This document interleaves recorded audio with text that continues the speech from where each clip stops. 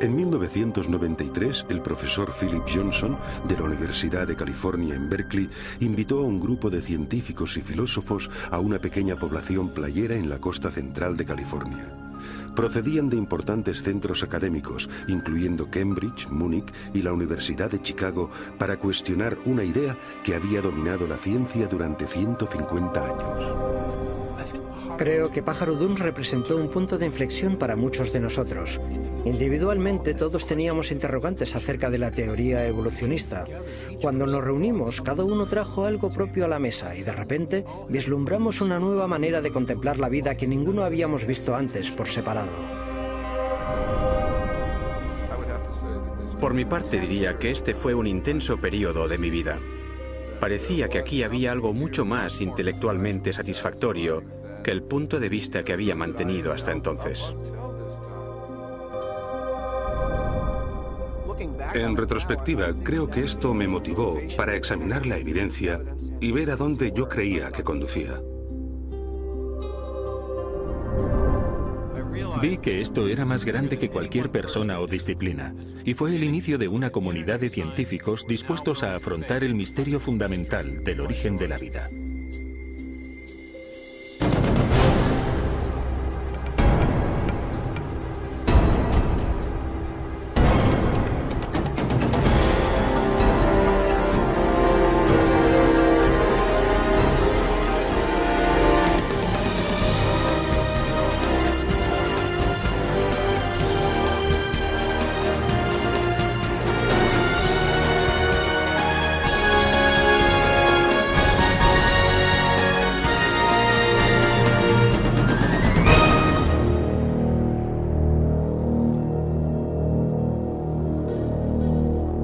A veces me pregunto cómo es que alguien habla de otra cosa, porque no hay nada más interesante. ¿De dónde venimos? ¿Cómo hemos llegado aquí? ¿Qué nos trajo a la existencia? ¿Cuál es nuestra relación con la realidad como un todo? Contemplas la increíble diversidad y complejidad de la vida y es inevitable preguntar, ¿qué trajo todo esto a la existencia? ¿Fue simplemente el azar y la necesidad, fuerzas naturales sin dirección? ¿O hay algo más? ¿Hay un propósito, un plan, un designio? ¿El designio de una causa inteligente? Creo que esta es la pregunta fundamental.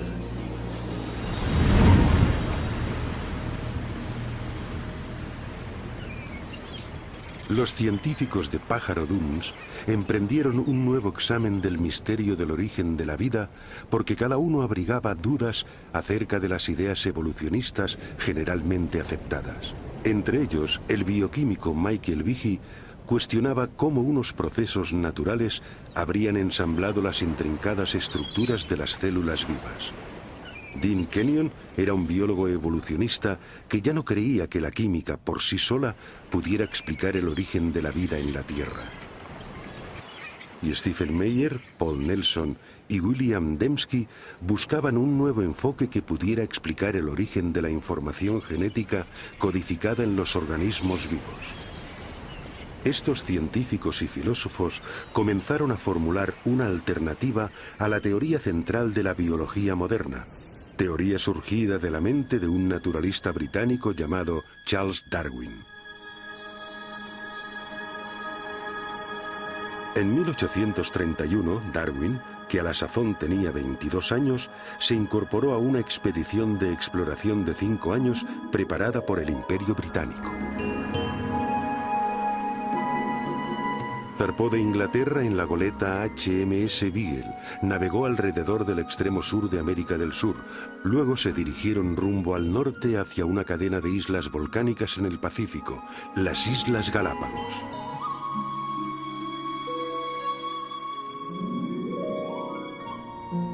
En este desolado archipiélago, a 1000 kilómetros de la costa occidental de Ecuador, Charles Darwin pudo observar una extraordinaria variedad de aves, reptiles y mamíferos diferentes de todo lo que había podido ver antes.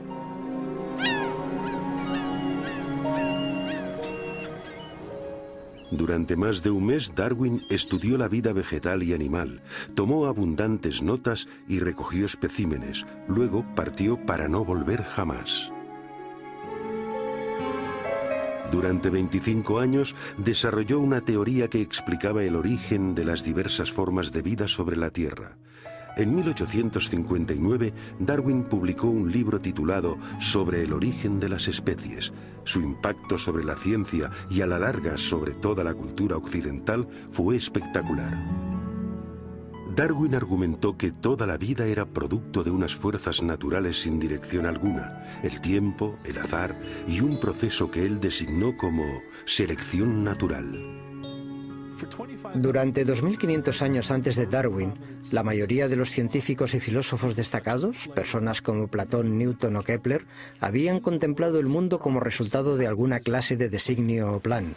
Pero con la idea de la selección natural de Darwin se da un giro radical y se pone en movimiento un verdadero cambio en la filosofía científica.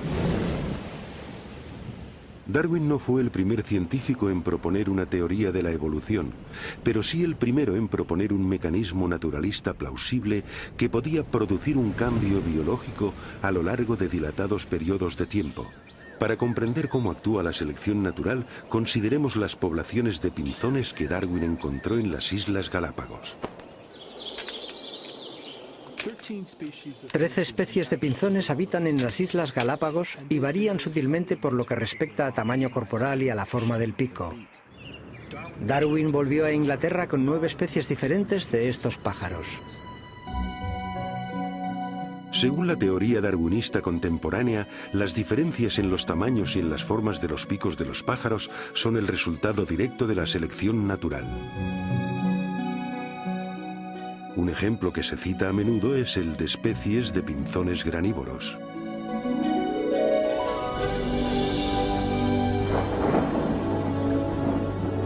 Después de temporadas de intensas lluvias, hay abundancia de pequeñas semillas blandas por todas las islas. Los pájaros con picos cortos pueden conseguir alimento con facilidad. Sin embargo, durante periodos de sequía, las únicas semillas disponibles están protegidas dentro de cáscaras duras y resistentes que permanecen en el suelo desde el año anterior. En estas circunstancias, solo pájaros con picos más largos y aguzados pueden romper las cáscaras y comer las semillas. Los pájaros con picos más largos sobreviven porque pueden llegar al alimento, mientras que otros pájaros no pueden. Así, el pico largo les confiere en este caso lo que los biólogos ahora llaman una ventaja funcional. Desafortunadamente, los pinzones con picos más pequeños mueren de hambre por no poder conseguir llegar al alimento. Si las condiciones de sequía persisten, el medio causa un cambio en los rasgos de toda la población de pinzones. Con el paso del tiempo, los picos largos pasan a sucesivas generaciones porque estos picos capacitan a los pájaros para sobrevivir. La selección natural era una idea convincente. Las variaciones físicas que resultaban ventajosas eran heredadas por generaciones sucesivas. Por medio de este proceso se alternaban las poblaciones y con el paso del tiempo surgirían organismos fundamentalmente diferentes, sin ninguna clase de conducción inteligente. Darwin quería explicarlo todo en la historia de la vida en términos de procesos naturales no inteligentes, carentes de designio. Y cuando buscó una explicación, lo que encontró fue que un proceso que podía observar en las poblaciones domesticadas también funciona en el ambiente natural. Darwin conocía bien la crianza doméstica de animales, había estudiado la crianza de palomas y sabía que, durante siglos, los criadores habían logrado cambios espectaculares en poblaciones seleccionando ciertos ejemplares. Darwin solo sugirió que este mismo proceso también opera en el ámbito natural. Para Charles Darwin, la selección natural explicaba la apariencia de designios sin un diseñador. Ya no había más necesidad de invocar una causa inteligente para la complejidad de la vida. De hecho, la selección natural pasó a ser como un diseñador sustituto. En la actualidad, el darwinismo se da generalmente por sentado en el campo científico y en el mundo académico. Sin embargo, y a pesar de su amplia aceptación, un creciente número de científicos y eruditos, incluyendo los que se reunieron en Pájaro Duns, están cuestionando aspectos clave de la teoría darwinista. Cuando nos reunimos en Pájaro Duns, desde luego no estábamos de acuerdo en todo, pero compartíamos una verdadera insatisfacción con el mecanismo de la selección natural y con el papel que se le daba en las explicaciones biológicas. La selección natural es un proceso real y funciona para explicar ciertas clases limitadas de variación, los cambios a pequeña escala. De hecho, tenemos muchos ejemplos de esto. Para lo que no funciona bien es para explicar lo que Darwin creía que podría explicar, la verdadera complejidad de la vida. Tenemos un pico de pinzón y luego tenemos el pinzón mismo.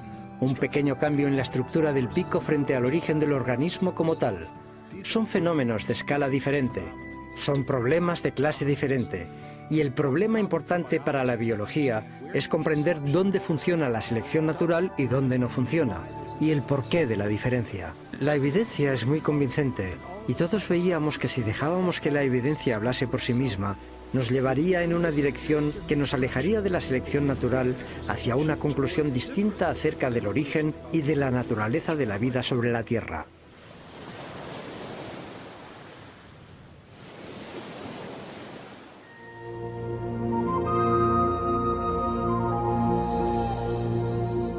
La selección natural actúa solo aprovechando pequeñas variaciones sucesivas.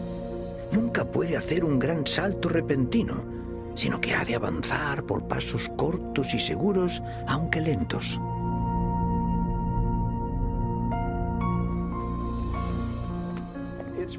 Es realmente interesante observar que cuanto más sabemos acerca de la vida y de la biología, tantos más problemas tiene el darwinismo y tanto más evidente se hace el designio. Desde 1988, el Dr. Michael Behe ha investigado sistemas biológicos complejos que parecen desafiar la explicación de la selección natural. Durante muchos años, creí que la evolución darwinista explicaba lo que veíamos en biología. No porque yo viera cómo podía verdaderamente explicarlo, sino porque me dijeron que lo explicaba. En las escuelas me enseñaron biología darwinista. Y luego en la facultad y en los estudios de posgrado, viví un ambiente que daba por sentado que la evolución darwinista explicaba la biología.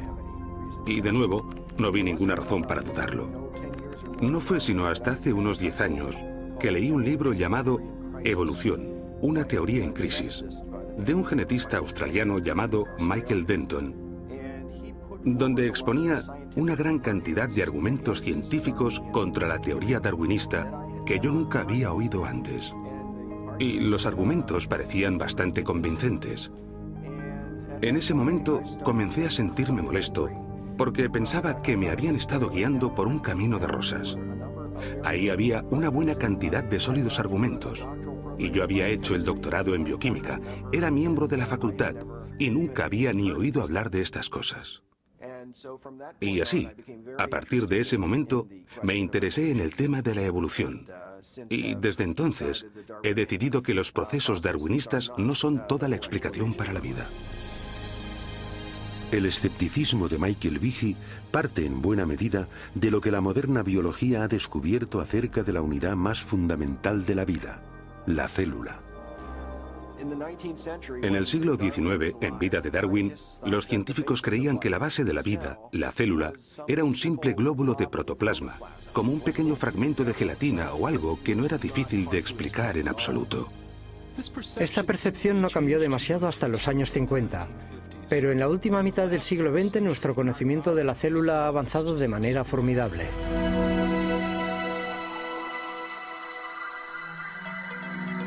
En la actualidad, los potentes instrumentales revelan unos complejos mundos microscópicos, mundos tan diminutos que solo un dedal lleno de un cultivo líquido puede contener más de 4.000 millones de bacterias unicelulares. Cada una de ellas repleta de circuitos, instrucciones de montaje y máquinas miniaturizadas de tal complejidad que Charles Darwin jamás pudo haberse imaginado. En la misma base de la vida, donde las moléculas y las células realizan su función, hemos descubierto máquinas. Literalmente, máquinas moleculares. Hay diminutos camiones moleculares que transportan suministros de una parte a otra de la célula. Hay máquinas que capturan la energía de la luz solar y la transforman en energía utilizable. Hay tantas máquinas moleculares en el cuerpo humano como funciones realiza. De modo que cuando uno piensa en el oído, la vista, el olfato, el gusto, el tacto, la coagulación de la sangre, la acción respiratoria, la respuesta inmunológica. Todo esto exige una multitud de máquinas. Cuando contemplamos estas máquinas nos preguntamos ¿de dónde vienen? Y la respuesta rutinaria, la evolución darwinista, es, desde mi punto de vista, sumamente inadecuada. A principios de los 90, en una serie de conferencias científicas, Behe comenzó a compartir sus dudas acerca de la capacidad de la selección natural para construir máquinas moleculares complejas. Una de las máquinas en particular indujo a Behe a la duda. Recuerdo la primera vez que miré un libro de texto de bioquímica y vi un dibujo de algo que se llamaba el flagelo bacteriano, con todas sus piezas en toda su gloria. Tenía una región de propulsión y codo, el eje rotor y el motor. Y contemplé aquello y me dije, esto es un motor fuera borda. Esto ha sido diseñado, no hay montaje de piezas al azar. La reacción de Behe no fue sorprendente, porque cada uno de los motores moleculares que impulsan a las bacterias en el seno de un líquido depende de un sistema de piezas mecánicas intrincadamente dispuestas. Estas piezas aparecen claras cuando se amplían porciones de una célula 50.000 veces. Los bioquímicos han empleado micrografías electrónicas como esta para identificar las piezas y la estructura tridimensional del motor del flagelo.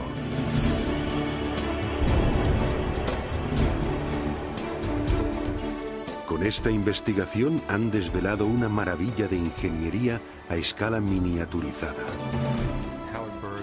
Howard Berg, de Harvard, lo ha designado como la máquina más eficiente del universo. Algunas de estas máquinas giran a 100.000 revoluciones por minuto y tienen una conexión fija con un mecanismo transductor o detector de señales que recibe información del medio en que se encuentra. Incluso cuando están girando a esta velocidad pueden detenerse en seco. Solo necesitan un cuarto de vuelta para detenerse y cambiar el sentido de giro y comenzar a girar a 100.000 revoluciones en la otra dirección. Y lo mismo que los motores fuera borda en las lanchas, tiene una gran cantidad de piezas que son imprescindibles para su funcionamiento. El flagelo bacteriano, 2 marchas adelante y atrás, con refrigeración por agua, movido por energía protónica, tiene un estator, un rotor, una articulación en U, un eje propulsor y una hélice. Y funcionan como estas piezas de maquinaria. No es por comodidad que les damos estos nombres, es que estas son verdaderamente sus funciones. Desde su descubrimiento, los científicos han tratado de comprender cómo hubiera podido surgir un motor giratorio mediante selección natural. Hasta ahora no han sido capaces de ofrecer ninguna explicación darwinista detallada.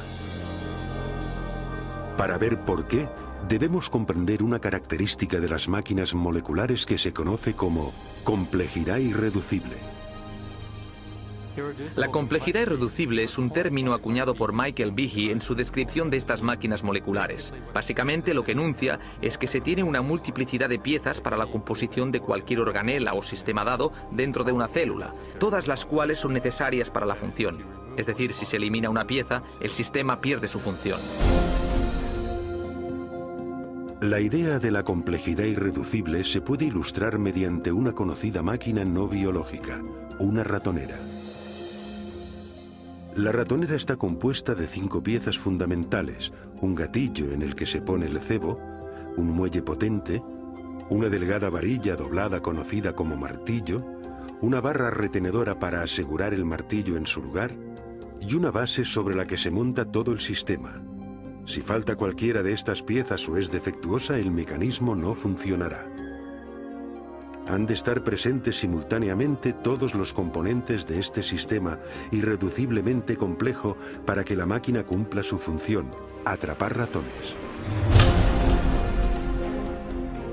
La complejidad irreducible se aplica también a las máquinas biológicas, incluyendo el motor flagelar bacterial. En total hay alrededor de 40 piezas proteínicas diferentes que son necesarias para que esta máquina funcione. Y si falta cualquiera de dichas piezas, entonces o bien obtendremos un flagelo que no funciona debido a que le falta el codo o el eje de transmisión o lo que sea, o bien ni siquiera se montará dentro de la célula. En términos evolutivos, tenemos que poder explicar cómo se puede construir este sistema de forma gradual cuando no hay función hasta que se tienen todas estas piezas en su sitio.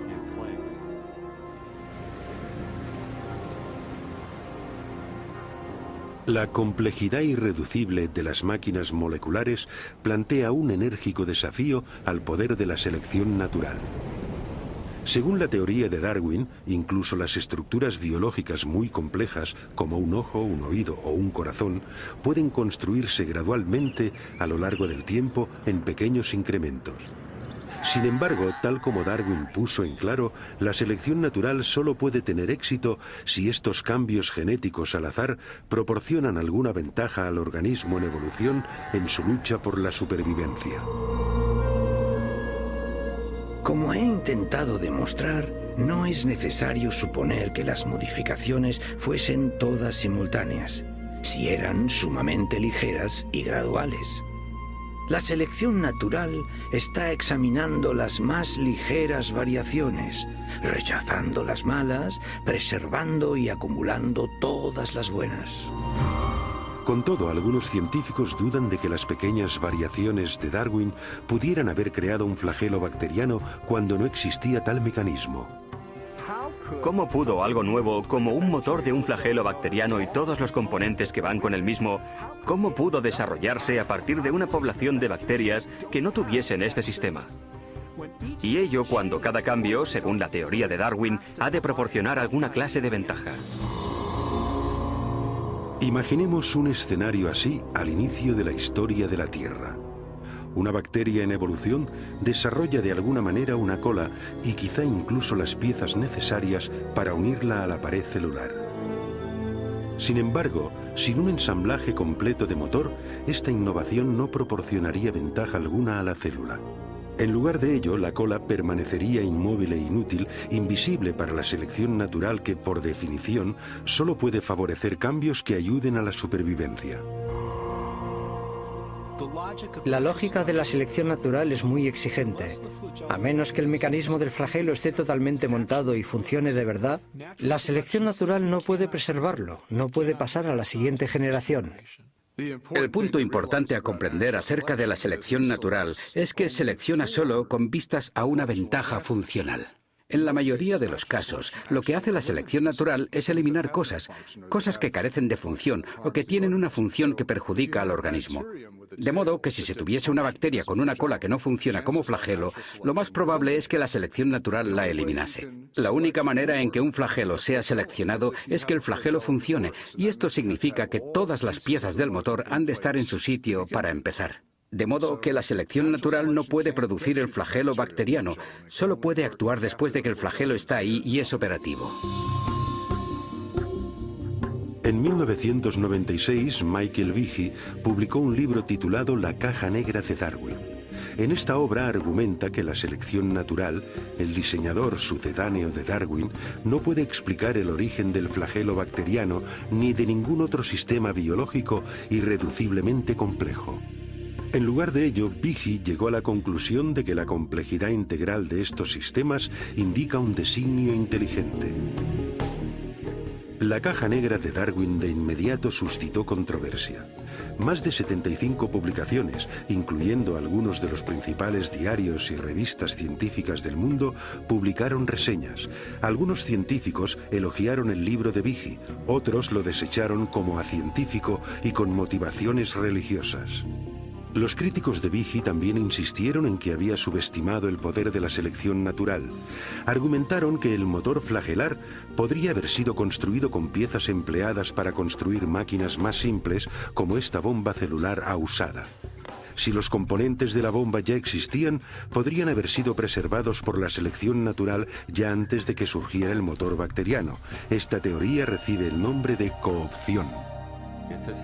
Esto básicamente dice que la evolución o la selección natural pudo en cierto momento tomar prestados componentes de una máquina molecular y utilizar algunos para construir una nueva.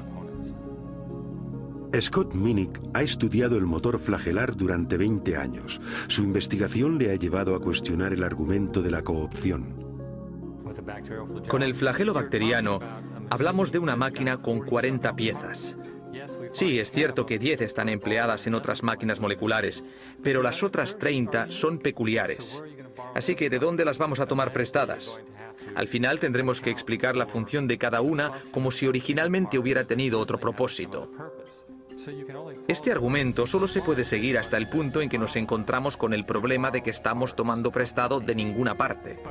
Pero incluso si se concede que se tienen todas las piezas necesarias para construir una de estas máquinas, esto es solo parte del problema. Quizá más complejo, me parece a mí que más complejo, es el tema de las instrucciones de montaje. Esto nunca lo abordan los oponentes del argumento de la complejidad irreducible. Los estudios del motor flagelar han desvelado niveles aún más profundos de complejidad, porque su construcción demanda no solo unas piezas específicas, sino también una secuencia precisa de montaje. Las piezas deben fabricarse en el momento oportuno, con la cantidad apropiada de componentes.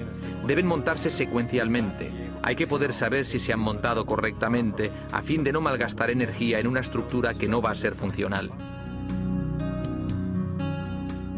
La construcción de una máquina molecular ha sido comparada con la edificación de una casa. Los obreros siguen unos planos e instrucciones detalladas de montaje. Los cimientos de la casa se echan antes de levantar las paredes. Las tuberías y la electricidad se instalan antes del acabado de las paredes, las ventanas antes del recubrimiento de las paredes y las tejas se ponen solo después de la primera cubierta impermeable del tejado. Y así sucede con la construcción del motor flagelar. Esta estructura se construye de dentro hacia afuera. Se cuenta la cantidad de componentes en una estructura anular de un estator y cuando esto queda montado, se recibe una realimentación que dice, vale, no más de este componente. Se añade el eje, se añade un anillo, se añade otro eje, y cuando la articulación en U ha llegado a un cierto tamaño y a un cierto grado de curvatura, más o menos un cuarto de giro, esto se cierra. Y luego empiezan a añadirse los componentes para el propulsor.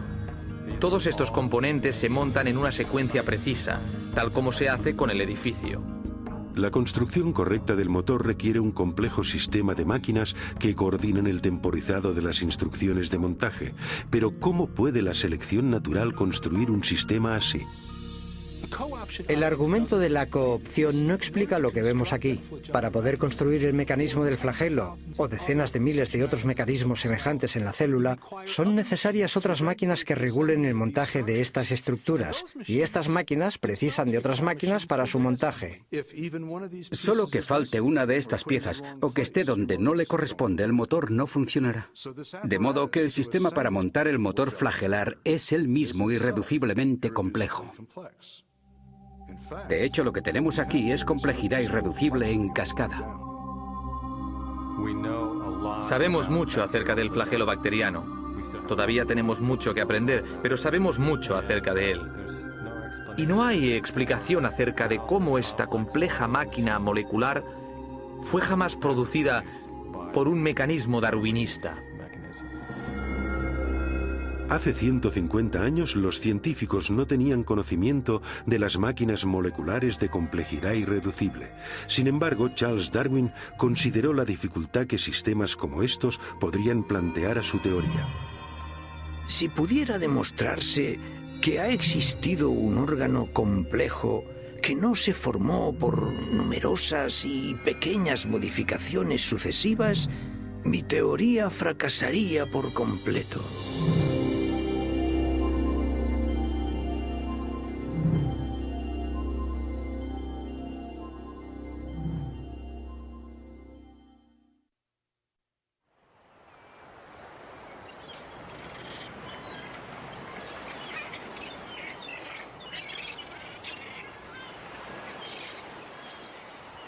En biología, de hecho, hay dos grandes interrogantes. ¿Cómo se consiguen nuevas formas vivientes con nuevas estructuras como alas y ojos a partir de vida que ya existe? Y segundo, ¿cómo se originó la vida en la Tierra por primera vez? Hoy sabemos que Darwin pasó la mayor parte de su vida formulando una respuesta a la primera pregunta.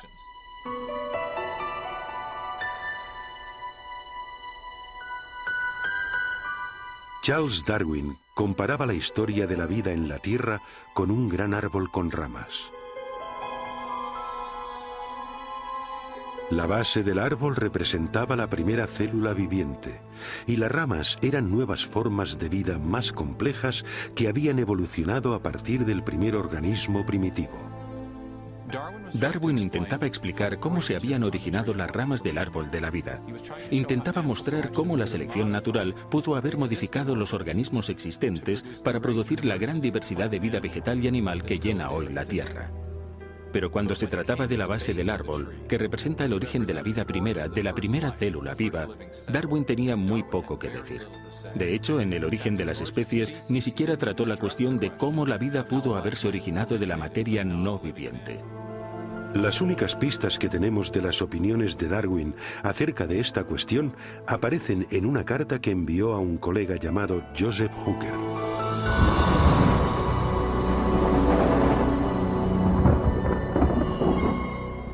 Por lo que respecta a la primera producción de un organismo viviente, si, y oh, qué gran sí, pudiéramos imaginarnos en algún pequeño y cálido estanque con toda clase de sales amoniacales y fosfóricas, luz, calor y electricidad presentes, que se formase químicamente un compuesto proteínico listo para sufrir cambios aún más complejos, hoy esta materia sería devorada al instante. Pero puede que esto no fuese así antes que se formasen criaturas vivientes.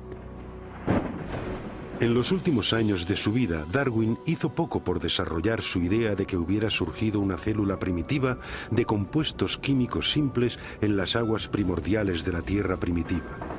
Pero más adelante, en los años 20 y 30, un científico ruso llamado Alexander Oparin formuló una detallada teoría acerca de cómo esto hubiera podido suceder y la llamó evolución química. Oparin creía que podía explicar el origen de la primera vida con los principios darwinistas. Él imaginó unos compuestos químicos simples que se combinaban y recombinaban para formar moléculas de mayor tamaño.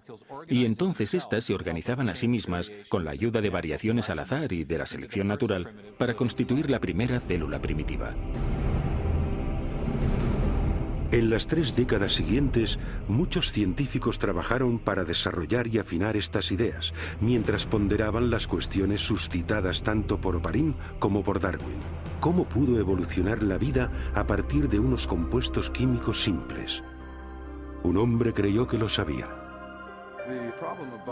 El problema de los orígenes biológicos, por un largo tiempo diría yo, ha sido de un profundo interés para mí precisamente por la escala del problema, por su importancia.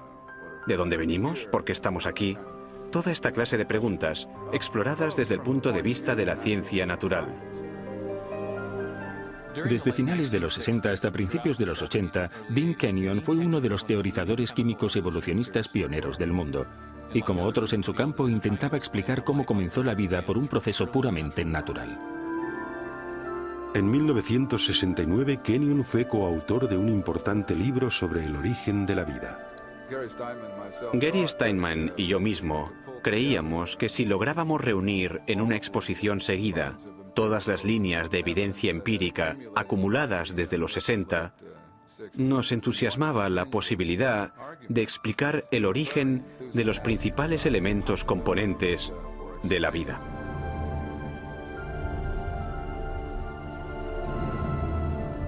A pesar de su optimismo, Kenyon se enfrentaba con un problema importante.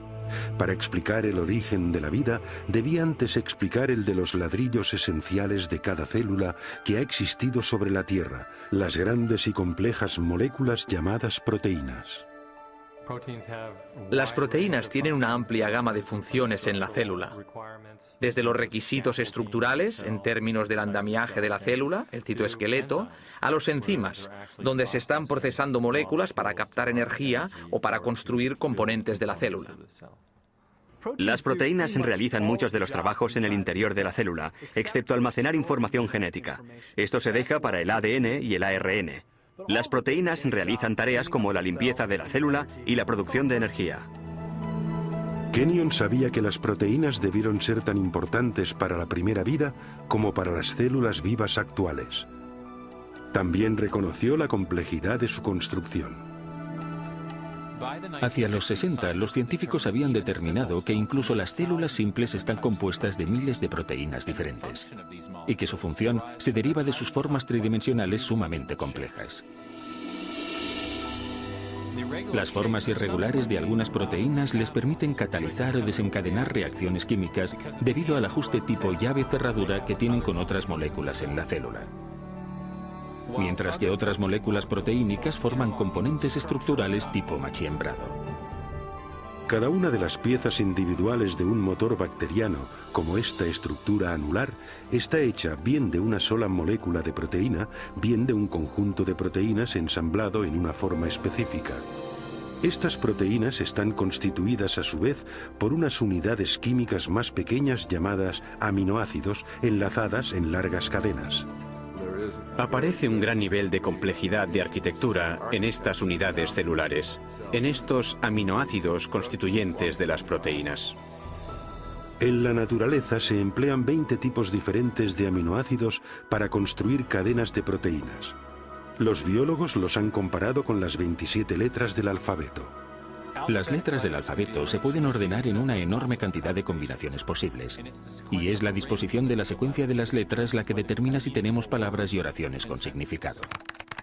Si las letras están bien colocadas, se obtiene un texto con sentido, pero si no se ordenan de forma correcta, se obtiene una jerigonza. El mismo principio sirve para los aminoácidos y las proteínas. Hay al menos 30.000 tipos distintos de proteínas, cada una a partir de una combinación diferente de los mismos 20 aminoácidos. Estos están ordenados como las letras para formar cadenas de, a menudo, cientos de unidades. Si los aminoácidos son secuenciados correctamente, la cadena se doblará para formar una proteína funcional. Las proteínas se ordenan con sus aminoácidos de tal manera que los aminoácidos caen el uno sobre el otro, en una arquitectura que está preprogramada por el orden de los aminoácidos. Se dobla formando una estructura específica y esta estructura puede realizar una determinada función, de modo que todas las proteínas en una célula tienen una forma tridimensional, basada en la secuencia de los aminoácidos en la cadena.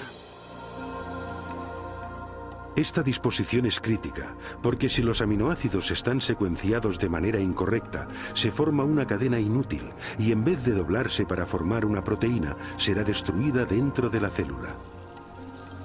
Las proteínas, como lenguajes escritos o códigos de ordenador, poseen un elevado grado de especificidad. La función del todo depende de la disposición precisa de las partes individuales.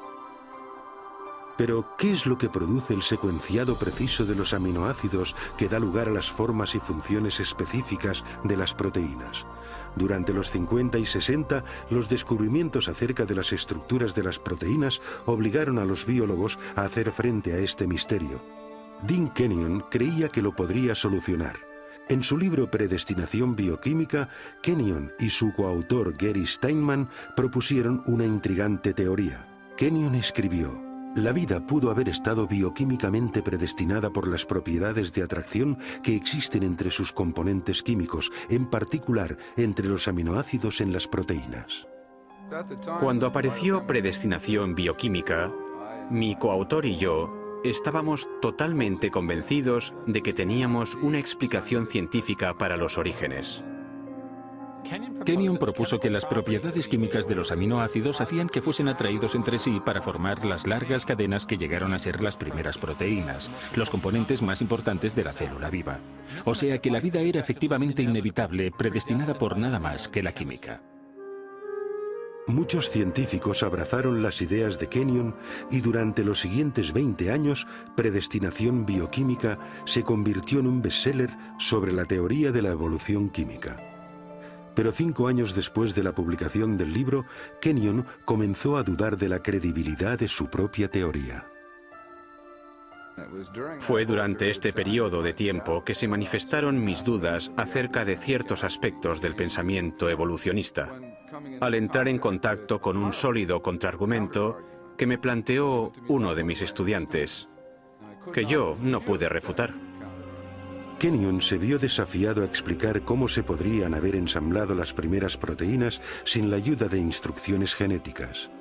En las células vivientes actuales, las cadenas de aminoácidos no se forman directamente por atracción entre sus componentes, el escenario que Kenyon postulaba para la Tierra primitiva. En su lugar, otra gran molécula dentro de la célula almacena instrucciones para secuenciar los aminoácidos en las proteínas. Se llama ADN. Al principio, Kenyon creía que las proteínas podrían haberse formado directamente a partir de los aminoácidos sin las instrucciones del montaje del ADN. Por eso es que tantos científicos estaban entusiasmados con su teoría. Pero cuanto más aprendía acerca de las propiedades de los aminoácidos y de las proteínas, tanto más comenzó a dudar de que las proteínas pudieran autoensamblarse sin ADN. En el ADN, Kenyon se encontró con una molécula con una propiedad que no podía explicar mediante procesos naturales. Porque encerrada con seguridad dentro de su estructura de doble hélice, existe abundante información en forma de compuestos químicos con una secuencia precisa representada por las letras A, C, T, G. En la escritura la información se comunica por un ordenamiento preciso de las letras. De igual modo, las instrucciones necesarias para ensamblar aminoácidos para formar proteínas son transmitidas por las secuencias de componentes químicos ordenados en la estructura del ADN. Este código químico ha sido llamado el lenguaje de la vida y es el conjunto de información más compacto y elaborado al menor detalle en todo el universo conocido. Como otros científicos que trabajaban en el origen de la vida, Kenyon se dio cuenta de que tenía dos opciones. Debía explicar o bien la procedencia de estas instrucciones genéticas de ensamblaje, o bien cómo surgieron las proteínas directamente de los aminoácidos sin ADN en los océanos primordiales. Y al final vio que no podía explicar ni lo uno ni lo otro.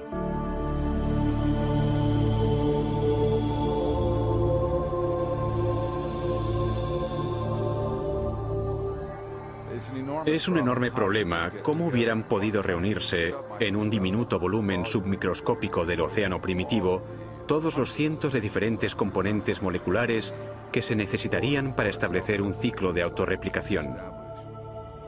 Y así fue como mis dudas acerca de si los aminoácidos podrían ordenarse a sí mismos en secuencias biológicas con significado, sin la presencia de un material genético preexistente, llegaron para mí a un punto intelectual decisivo hacia el final de la década de los 70.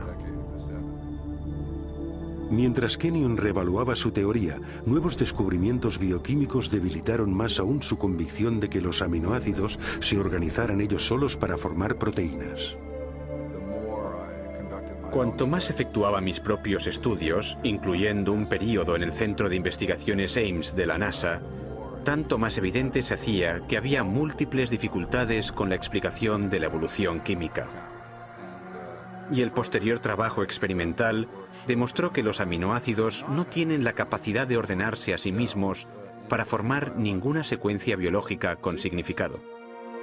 Enfrentado a crecientes dificultades con su propia teoría y a un creciente cuerpo de datos científicos acerca de la importancia del ADN, Kenyon se vio forzado a hacer frente a la absoluta necesidad de la información genética. Cada vez más pensaba en la alternativa que se presentaba en la crítica y en el enorme problema que todos los que trabajamos en este campo habíamos descuidado de afrontar, el problema del origen de la información genética misma. Entonces tuve que reexaminar toda mi posición tocante a los orígenes. Para Dean Kenyon, un nuevo interrogante llegó a ser el foco de su investigación en pos del origen de la vida. ¿Cuál era la fuente de la información biológica en el ADN? Si se podía llegar al origen de los mensajes codificados dentro de la maquinaria viviente, entonces habríamos dado con algo intelectualmente mucho más satisfactorio que esta teoría de evolución química. Kenyon se daba cuenta de que las alternativas se iban reduciendo. Para la década de los 70, la mayoría de investigadores rechazaba la idea de que la información necesaria para construir la primera célula se produjera por mero azar.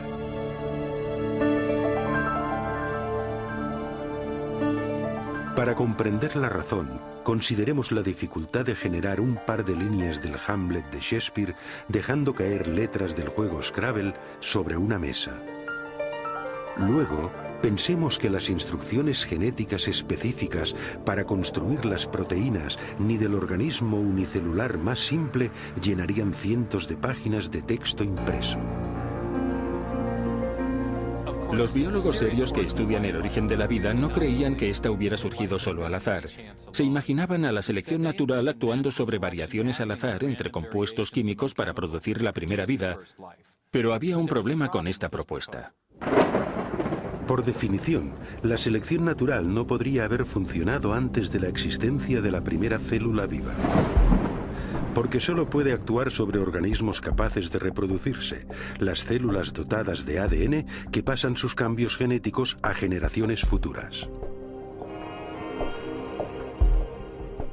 Sin ADN no hay autorreproducción, pero sin autorreproducción no hay selección natural, de modo que no se puede usar la selección natural para explicar el origen del ADN sin dar por supuesta la existencia de aquella misma cosa que se está tratando de explicar. El azar, la selección natural y su propia teoría de autoorganización, todo había fracasado para explicar el origen de la información genética. Ahora Kenyon veía solo una alternativa. No hay ni la más ligera posibilidad de un origen evolutivo químico, ni siquiera para la más simple de las células. De modo que el concepto de un designio inteligente de la vida me resultó inmensamente atractivo y con mucho sentido, ya que coincidía estrechamente con los múltiples descubrimientos de la biología molecular. En los años transcurridos desde el rechazo de la evolución química por parte de Kenyon, la ciencia ha desvelado los detalles de todo un sistema de procesado de la información que lleva la marca del designio inteligente.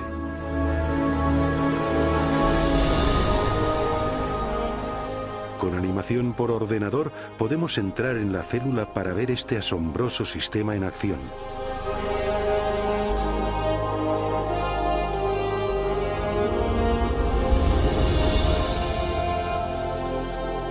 Después de entrar en el núcleo de la célula, vemos las hebras del ADN bien enrolladas. Son las bibliotecas de instrucciones necesarias para construir cada proteína en un organismo.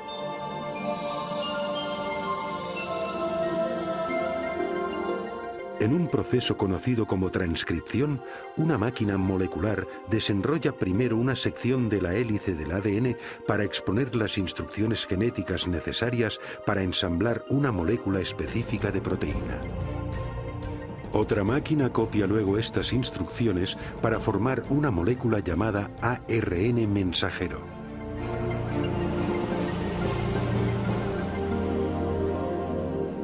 Cuando se ha completado la transcripción, la delicada hebra de ARN lleva la información genética a través del complejo de poros del núcleo, el regulador de tráfico adentro y afuera del núcleo.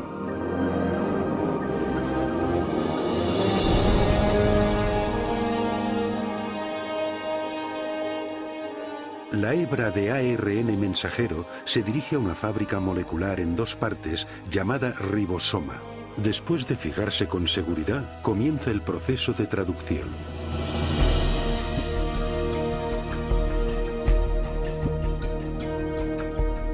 Dentro del ribosoma, una cadena de montaje molecular ensambla una cadena de aminoácidos secuenciada de una manera específica.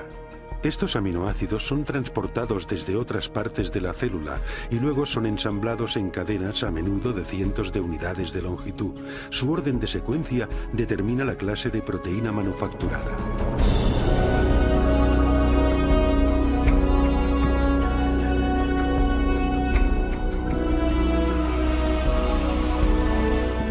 Cuando se completa la cadena, se transporta desde el ribosoma a una máquina con forma de barril que ayuda a doblarla en la forma precisa y crítica para su función.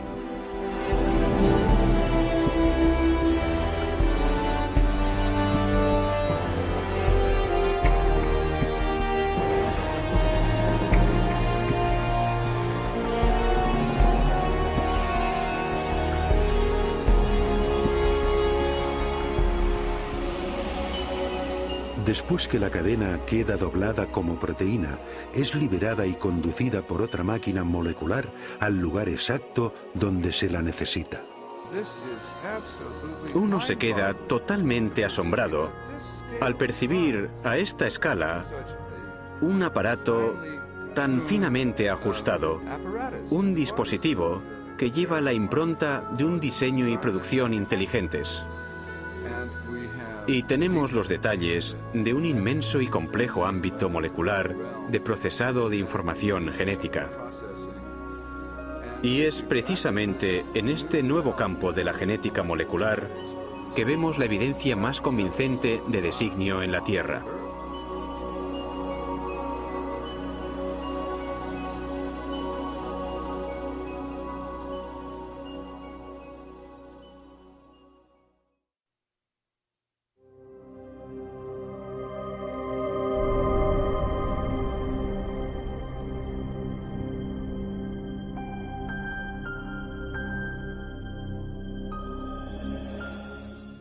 Cuando observo máquinas moleculares o el proceso increíblemente complejo por el que se dividen las células, debo preguntarme, ¿es posible que haya una inteligencia detrás de todas estas cosas? ¿Que haya un plan y un propósito para esta estructura? La ciencia debería ser una investigación en búsqueda de la verdad acerca del mundo. En tal caso, no deberíamos prejuzgar lo que pudiera ser verdad.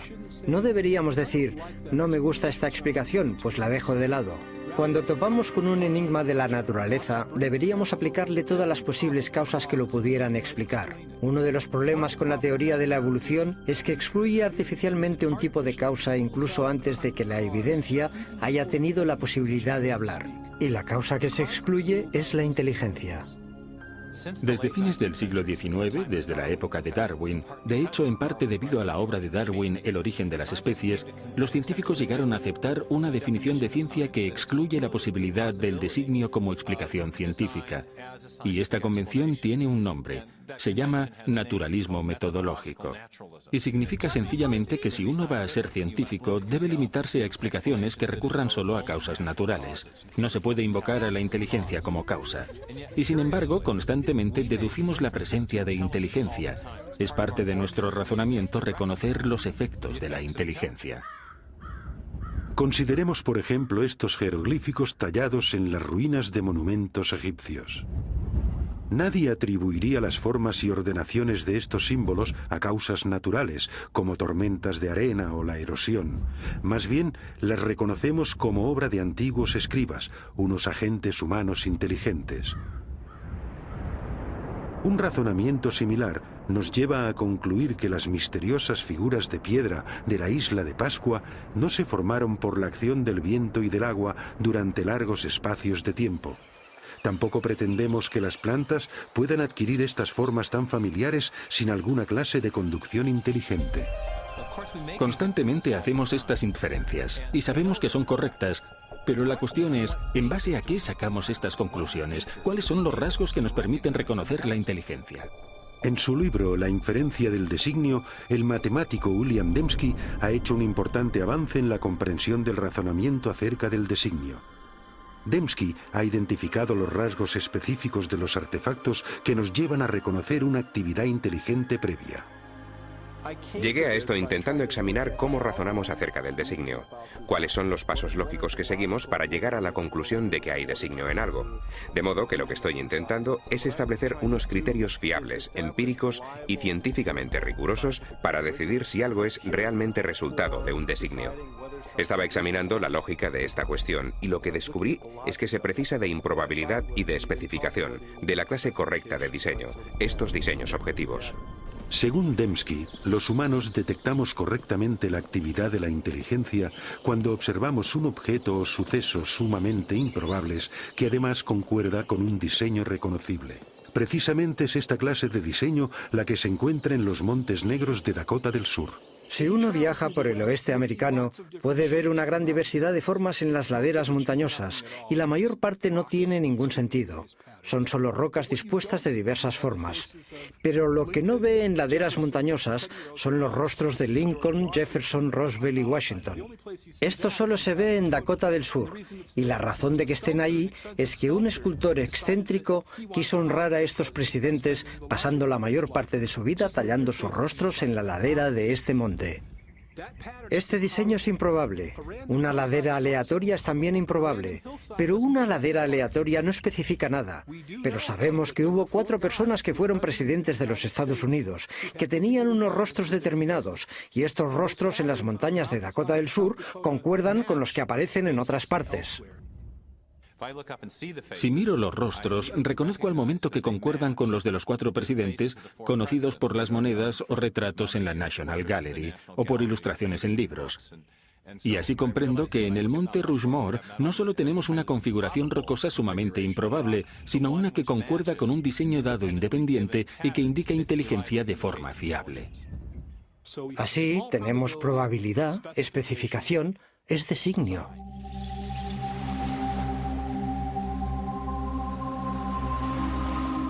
En una playa, otro diseño improbable escrito en la arena ilustra cómo detectamos el diseño.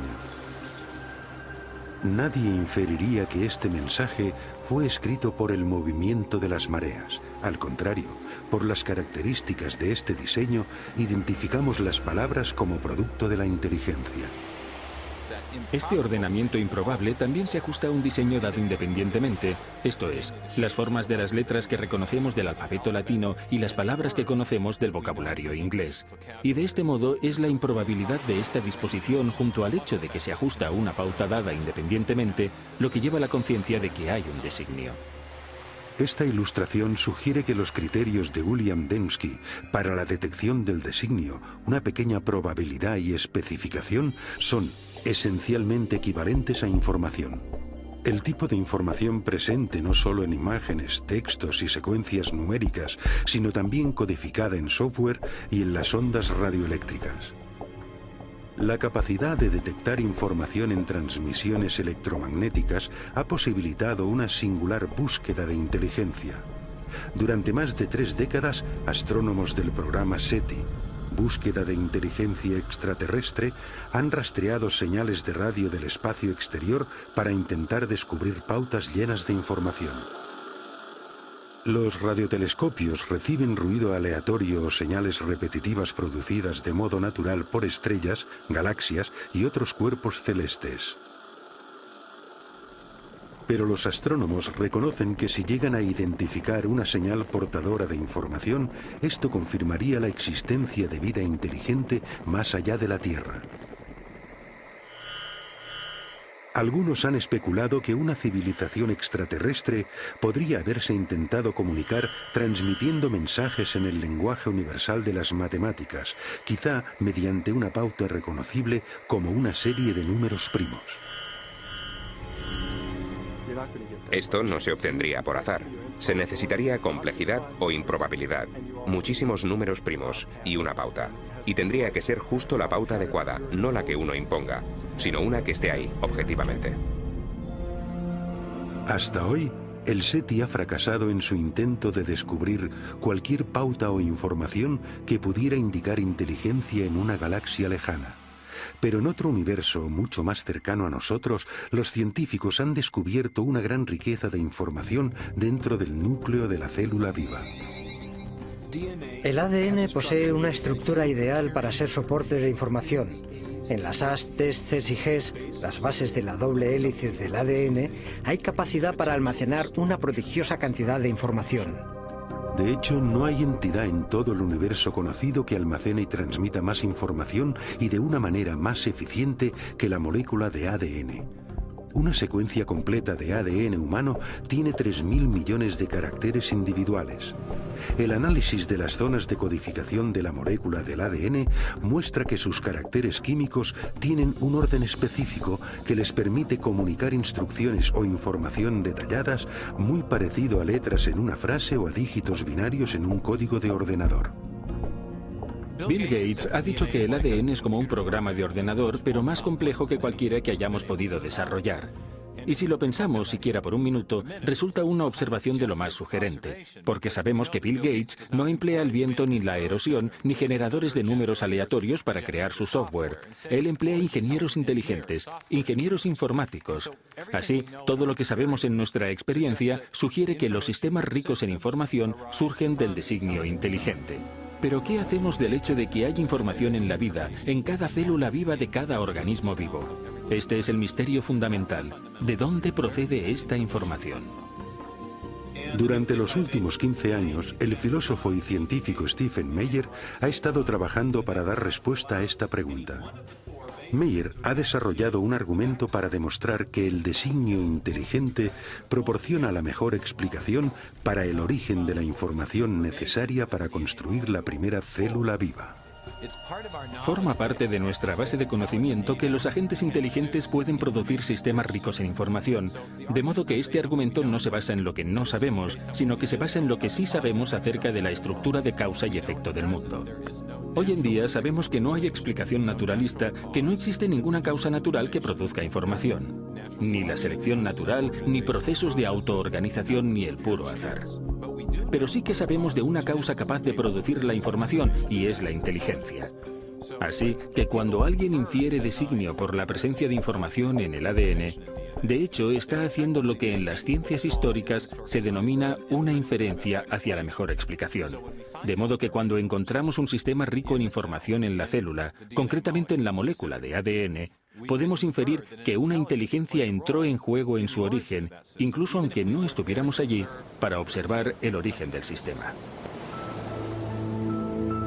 El trabajo de Meyer sobre el origen de la información genética forma parte de un creciente alegato científico en favor del designio surgido de una reunión de científicos y filósofos en la costa central de California en 1993.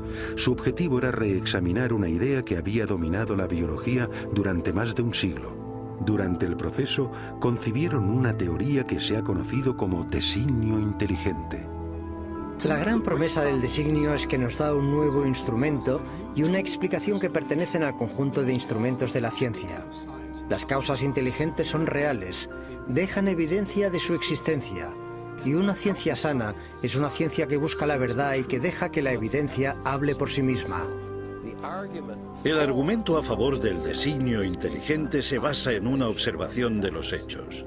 Ahora bien, esta es mi definición de buena ciencia. Es observación de los hechos.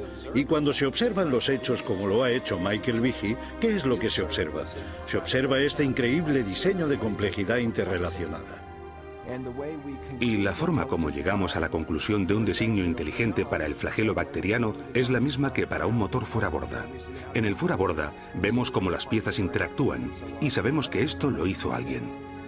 El razonamiento es el mismo para las máquinas biológicas, de modo que la idea del designio inteligente es totalmente científica.